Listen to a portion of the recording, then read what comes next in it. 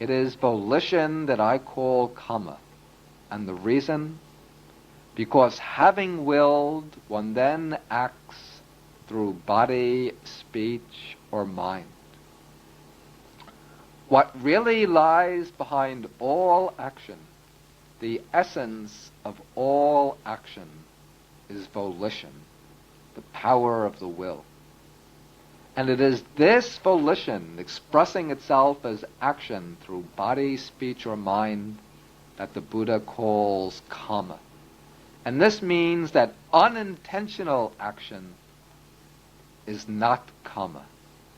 If we accidentally step on some ants while walking down the street, that is not the Kamma of taking life, because there's no intention, no volition of taking life.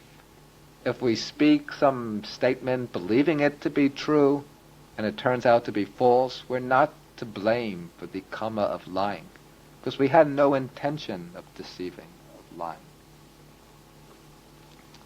Kamma refers exclusively to action that is backed up by volition and that expresses volition.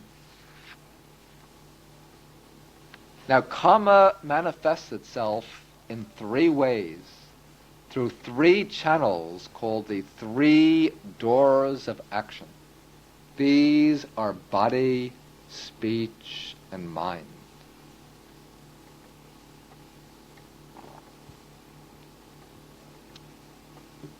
When we act physically, the body serves as the instrument for expressing our volition. Thus, the act done with the body is bodily Kamma, Kaya Kamma.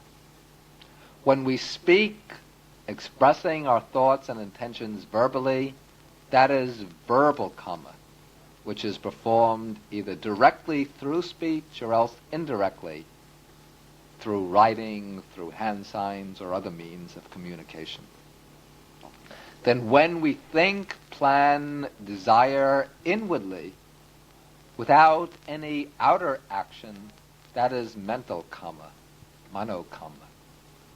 Thus there are three types of Kamma named according to their channel of expression, the door or faculty through which the volition becomes manifest. But what lies behind all of these forms of action is really the mind. And the chief mental factor that causes the action is the volition. When one person injures another, the means of action is the body. But what really inflicts the injury is the volition, the factor of mind. When one person helps another, gives another a helping hand, what is doing the action is the body, but what lies behind the action is the mind of helpfulness. So outward actions are the expressions of volition. For this reason, the Buddha singles out volition as the decisive factor in action. And all volitional action is called Kamma. People sometimes show their misunderstanding of the concept of Kamma when they think of the things that happen to them as their Kamma. That is not their Kamma. That is the effect or the fruit of their Kamma. If they meet a lot of trouble, they say, oh, this is my Kamma. But that isn't their Kamma.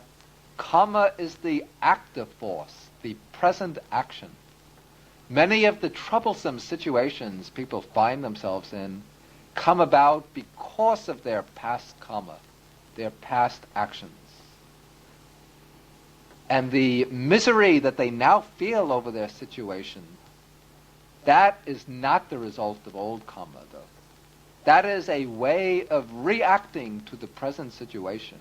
That is a form of action, of present Kamma.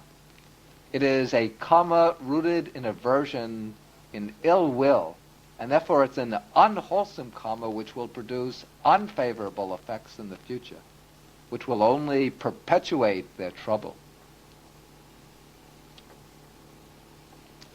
Now, the main standpoint from which Buddhism classifies Kamma is the ethical standpoint, since it's the ethical quality of action that determines the kind of results it will produce. And the Buddha divides kamma right down the middle into two general classes. On one side he puts unwholesome kamma, akusala kamma. On the other side he puts wholesome kamma, wholesome action, kusala kamma. Unwholesome action, unwholesome kamma is action which is spiritually harmful and morally blameworthy. Wholesome kamma is the opposite, action which is spiritually beneficial and morally praiseworthy. And the Buddha gives two basic criteria for distinguishing unwholesome and wholesome kammas.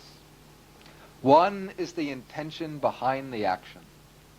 Action which is intended to bring about harm to oneself, to bring harm to others, or to bring harm to both, that is unwholesome karma. On the other hand, karma which conduces to the good of oneself, to the good of others, and to the good of both, that is wholesome karma. So that's the first criterion he gives. The other criterion the Buddha gives for distinguishing unwholesome and wholesome karma is the roots of action. Now the Buddha teaches that all karma, all action, arises from certain mental factors called roots. These are the causal factors of action, the source, the motivation of action. All unwholesome actions come from three unwholesome roots. These are greed, aversion, and delusion. Greed is selfish desire aimed at personal gratification, expressed as grasping, craving, and attachment.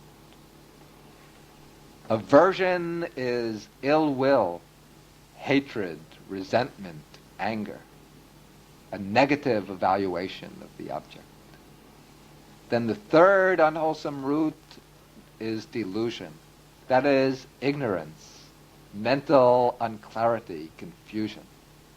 And any occasion of unwholesome action, the Buddha says, can be traced to one or another of these three roots.